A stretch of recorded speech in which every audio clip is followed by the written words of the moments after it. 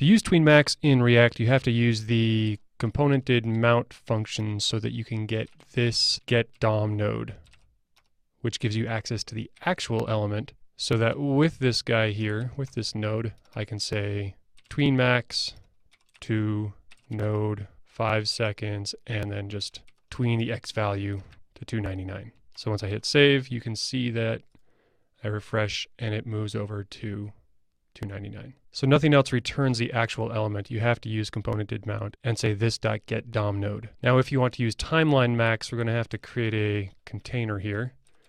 So I'll come down here, I'll create my class, call it container, and we'll just return a div with, let's say, 4 boxes inside of it.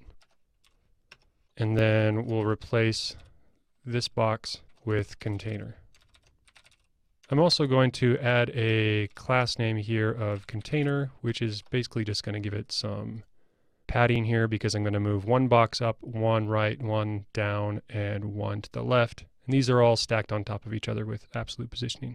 So to get access to each of these individual boxes, what we're going to do is give them something called refs, where I say ref equals, and then just give it a name. This one can be top, this one can be right, this one can be bottom,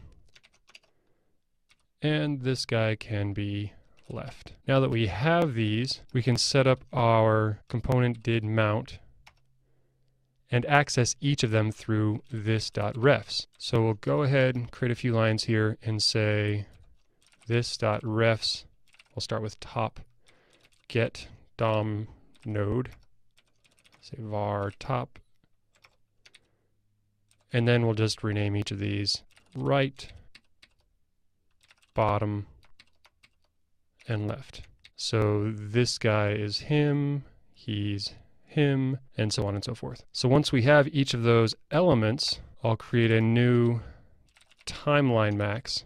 And from my timeline, I can just start saying T2. We'll just move top for 0.5 seconds, and we're going to move its Y value. And we'll make this -100 relative inside of a string, makes it relative to its current position. Then we can just chain these together. So now this top is right, and we'll move him X 100 relative. This top is going to be bottom, and we'll move him positive Y, and this top is now left, and we'll move him -100X.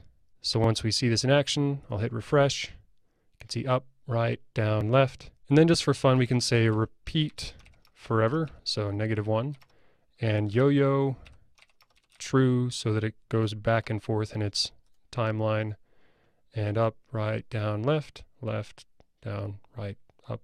It'll keep on looping through that transition.